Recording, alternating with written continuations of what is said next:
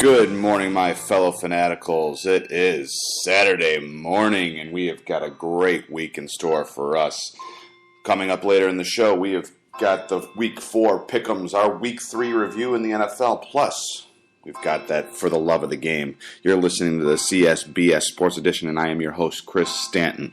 But before we get to that, let's start out with our popular segment, Calling Out the BS. Today on Calling Out the BS, only got a few of them for you this week. There's not too much this week that's really set me off. No national stupidity by Skip Bayless, no real drug scandals, no Ryan Braun talk. So this is pretty straightforward. But the first thing that really caught my eye this week was Robinson Cano. As you know, Robinson Cano, the all-world second baseman for the New York Yankees, is coming up for a new contract. And at the age of 31, he is demanding a 10-year, $305 million contract, and he says he will take it from anybody who's willing to pay. He doesn't care if it's from the Yankees or anyone else. He's going where the money is. First of all, good PR move, Rock Nation. You're already pretty negative, except for the people who are obsessed with Jay-Z. I still think there's ethical considerations to consider with Jay-Z being a minority owner of a basketball team and running a sports agency. But forget that. That's not what this is about. This is about a 31-year-old second baseman whose stats are inflated because he plays in that joke of a Yankee Stadium with its minimus right field short porch. And he's wanting $305 million over 10 years? Are you outside your mind?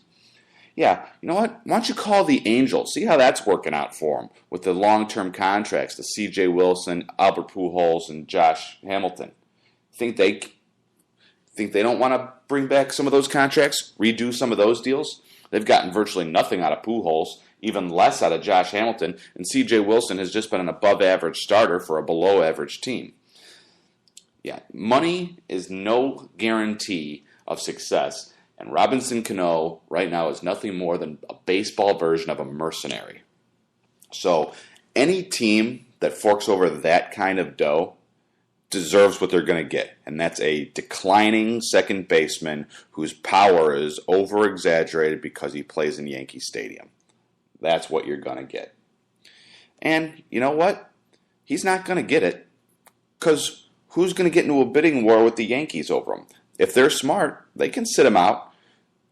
The Red Sox aren't going to pay that much. They've got Dustin Pedroia. They don't need to sign Robinson Cano for $305 million.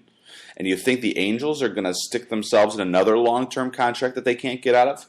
Not a chance. So that leaves the only real competitor for Robinson Cano with the Yankees would be the Dodgers. Well, the Dodgers have already sunk in a bunch of money, and they've got a young team on the rise. They don't want to get an aging vet for a long-term cap number. So, yeah, Robinson, good luck to you, man. You're not getting it. So continue with your mercenary ways, hurt your rep, and just hope that Jay-Z can get you a Pepsi commercial with Beyonce. Moving on, ESPN, all world sports, all everything, all the time, has come out with an NFL MVP list. That's right. After 3 weeks, they've already got an MVP ranking on the season. And as one would guess, Peyton Manning leads that list. I don't have any problem with their picks or their reasoning or anything like that. I have a problem with the fact that they've got an MVP list at week 3. I mean, come on, at least wait till mid-season. I mean, we haven't even seen anything yet. We've seen 2-time Super Bowl Eli Manning throw 9 interceptions. We've seen Peyton Manning at the age of 37 after 4 neck surgeries go on record paces with a very talented group of receivers. We've seen the emergence of Ryan Tannehill and the continued struggles of RG3. But it's only been 3 weeks. There's no way you can determine an MVP from 3 weeks in the NFL, especially where from week to week things can change at the blink of an eye. In week 1, the Rams had a great comeback win over the Cardinals, but since then have looked like one of the worst teams in the NFL. Sleepers like Tennessee have come up and played great, and same with the Chargers, losing a couple nail-biters, or else they could be right there with Denver being undefeated in the division. It's only a few moves here or there that can change the entire complexion of NFL season. And to start looking at MVP races at week 3, is just preposterous. And God knows there's enough sporting news to go around. You don't need to do an MVP list. There's a lot of good stories out there. Keep banging away at that Trent Richardson story, which we're going to talk about later. But an MVP list? Really? And another one that we have from the NFL. What is their obsession with London? I mean, don't get me wrong. I love London. It's one of my favorite cities in the world. I did a study abroad there in college. Wonderful, wonderful place. And it's great for a novelty. Once a year, we send a team over there, a couple teams, get that London crowd into it. Fine, expand your market. I have no problem for that. But now Goodell's saying he wants a team over there full time, and he wants to eventually hold a Super Bowl there. Okay, first of all, let's talk about a Super Bowl over in London. These people have shown very little interest in even getting their own franchise. And you want to put a Super Bowl over there?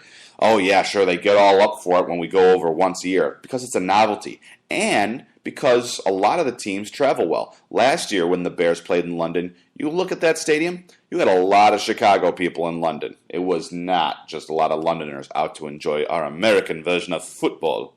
No, we had the Bears bringing their fans with them. So don't tell me that London is just a market that's waiting to be tapped.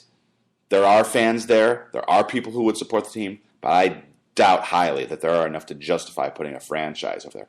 Plus, what are you going to do about the travel and time difference? It is a 6-hour difference in London than it is from New York. And God help them when a team in London has to go to the West Coast to play the 49ers and the Seahawks and the Cardinals. I mean, that is just all sorts of brutal. Right now, it's tough for the Seahawks to go to South Beach to play the Dolphins, or for the Dolphins to go over and play the Chargers in San Diego. Travel matters and timing matters. And how are you going to have your standard noon start game when in London you're 6 hours ahead? Or what if they get a Monday night football game, but you want to keep it on that Eastern time zone so you can get your major markets like New York and Chicago in? Yeah, it doesn't work out. The logistics for doing it from a week to week to week basis with the travel and the timing, it doesn't work. Then what about personal lives? A lot of players move to the cities they play in. You're going to have families of these players uproot themselves from America to go to London. Like I said, wonderful city, but these people have lives. They have families. It's one thing to move from city to city. It's another thing to change continents. And here's the biggest factor, money. And I'm not talking about money for the NFL to promote and house a team in London. I'm talking about the money involved for the players. You realize that the dollar amount compared to the pound or the euro is about 2 to 1. It takes about $2 to get €1 or pound in London. That's not good. I mean, and then you still have to apply the same cap number. So you're going to get a guy who's paid a certain amount, but it's going to go half as far in London as it does in Chicago. You think a rookie from the third round who's making $200,000 a year wants to get drafted by London, where it's only about $100,000, and now he's got to uproot his family and move him to a different continent? Yeah, I don't see how that's going to work. So, NFL, you might want to rethink that one, and I'm just curious where this is going to go. My curiosity is killing me just like a cat would be killed by the curiosity, yeah. And before we move on, with the NFL NBA season coming up, all the teams just had their media day. And there's something that really bothered me with the Chicago Bulls media day. They were interviewing Gar Forman, and of course, the subject of Derrick Rose came up and his preparedness for the season. And here's the answer he gave. He said that the team is going to be cautious with Derrick going forward this season. This really pisses me off. Cautious? It has been 17 months since his injury. He should have been back mid-season last year. Scratch that. He should have been back for the start of the season last year. Here's just a handful of people that had injuries at similar times of him and then came back to play a significant portion of the following season. Adrian Peterson. We're not going to hold him to that standard because Adrian Peterson's a freak. But you know what? He did it. Robert Griffin III did it. Sure, he's struggling out of the gate, but that's not so much Robert Griffin's fault as it is the fact that their defense is in an all-time slump and going for the all-time record for worst defense in the NFL. In addition to that, you had other NBA players that play the same position as Rose, who had the same injury and still came back. Ricky Rubio and Iman Shumpert. Rubio had the same exact injury and plays the same exact position and came back for the next season. Iman Shumpert is a guard for the Knicks.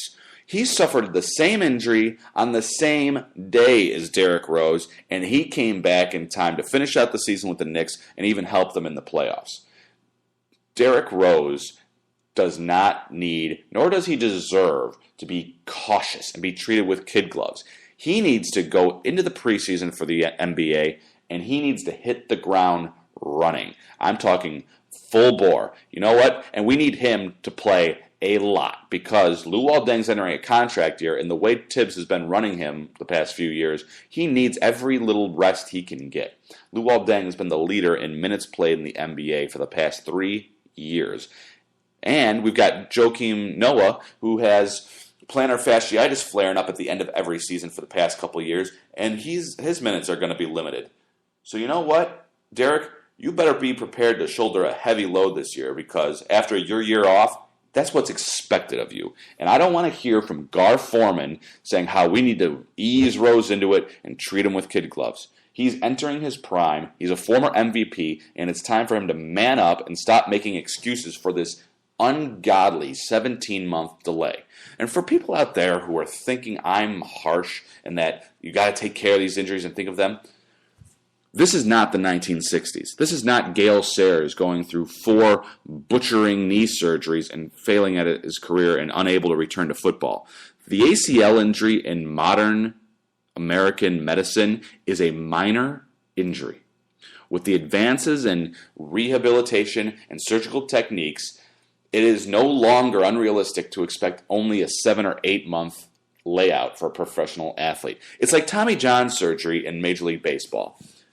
Guys who go through Tommy John surgery sometimes, actually, often, come back better than they were before. It's no different in other sports with the ACL. This is no longer a career-threatening injury. This is an injury that costs you months, not years, and not a career. So you know what, Rose? Man up and stop hiding behind your brother, your agent, your PR man, and the team. Step up. But now that we got all of our ranting out of the way, and if you've got anything you want to rant on or call out, tweet me at the CSBS or give me a call, 630-534-0779. I'm here all week. Now, we've got our Week 3 recap in the NFL, and I heard a little bit this week. I started off this season good. My first week I went 13-3. Second week I went 12-4. This past week, though, 10-6. Yeah, kind of a brutal week for me, but there were some tough ones to call. I mean, the Browns upsetting the Vikings 33-30. Really? Third string quarterback, and they trade their best player, and they go into the Metrodome and play the Vikings? I couldn't believe that one, so I don't even feel bad about missing that pick. Just goes to show what a fluke last year was for the Vikings. That 10-6 record and the 2,000-plus yards by Adrian Peterson.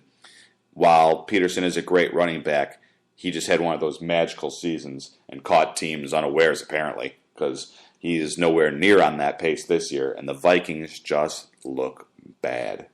A couple of the other ones I missed, the Bills at Jets. Maybe I'm underestimating the Jets, but I'm still not sold, and we're going to talk about that more when we do the Week 4 pick'ems. But maybe I overvalued the Bills, and maybe I over or underestimated the Jets. But I had the Bills picking up that one in New York. But Jets held serve. So you know what? Good for them. Congratulations to them. I had the Packers over the Bengals, just like everybody did. But the Bengals showed why they are one of the favorites to go to the Super Bowl out of the AFC this year. They controlled the clock. Even when they got down by 16, they didn't give up. They kept chucking away. And they ended up